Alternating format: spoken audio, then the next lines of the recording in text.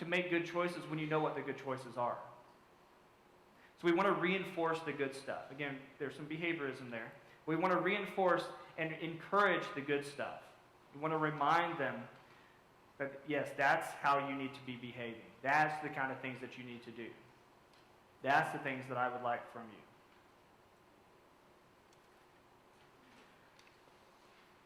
So there's an example that I use for, how does one know if they're giving enough good attention, if they're attending to enough things? And it's the 5-to-1 ratio. How many of you know the 5-to-1 ratio? All right. And basically the 5-to-1 ratio says you need to say 5 good things for every 1 bad thing. All right? Now, that seems hard. I had a family that I was working with, and I used this exact example for them. And I said, here's what I want you to do. Over the next week, until I see you next week, anytime I want you to try to keep track, and if you say something negative, like if you get on to him about something, I need you to try to say 5 positive things before you say the next negative thing. Okay? She says, okay. She even gave me the good thumbs up. All right, let's do it. She came back next week and she said I was crazy. She said, I can't find 5 good things that he does. How incredibly sad is that? I can't find 5 good things that my kid does that I can reinforce him for. And I said, well, give me an example. And she says, I'll give you an example that happened this morning. I said, okay, lay it on me. I didn't say that. And she said, this morning, I was in my room getting ready to come here. And while I was getting ready, he was in the living room watching TV.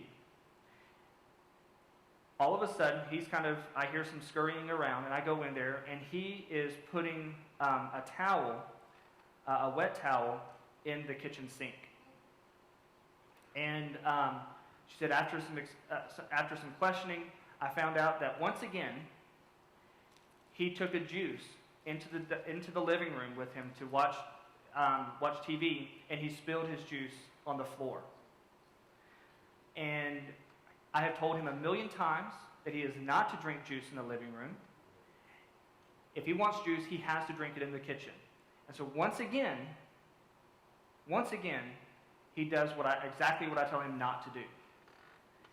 And when he does those kinds of things, I can't find anything positive to reinforce him for. And I said, well, let's use that example and let's find some positive things. I said, first of all, he was pretty successful at getting a drink by himself. He didn't require you. You were getting ready and you didn't want him to bother you. And so he was able to get a drink by himself. So that was a pretty self-sufficient thing to do. One. Second of all, absolutely, he took the juice into the living room when he wasn't supposed to. That was our one bad. But when he spilled it, where did he put the glass after he spilled it? He put it in the sink. How many times have you told him to put his dishes away and he didn't do it? This was a time that he did, so there's a positive thing. There's something good that he did.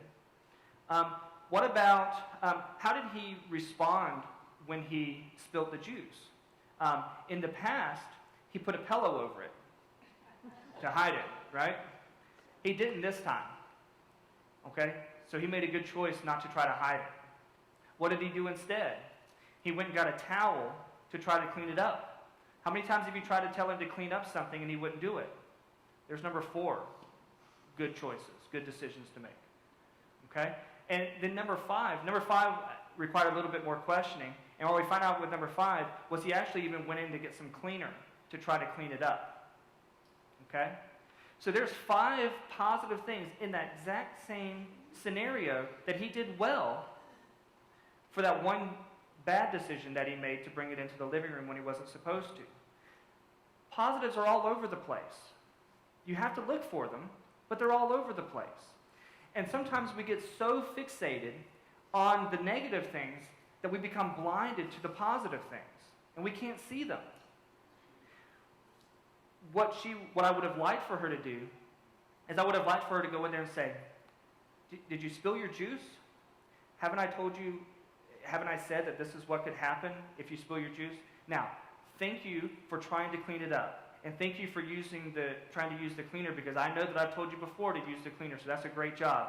So let's finish getting it cleaned up, and remember, next time, let's drink our juice in the kitchen so this doesn't happen. You're reminding the child of what the rules are, encouraging him that he made some good choices, while at the same time redirecting the bad behavior. You're teaching and redirecting all at the same time. When you can respond and you can work with your child like that, when you can use something like the 5-to-1 ratio, you're including all of these pieces at the same time. You're including teaching, reinforcement, and redirecting, and all at the same time.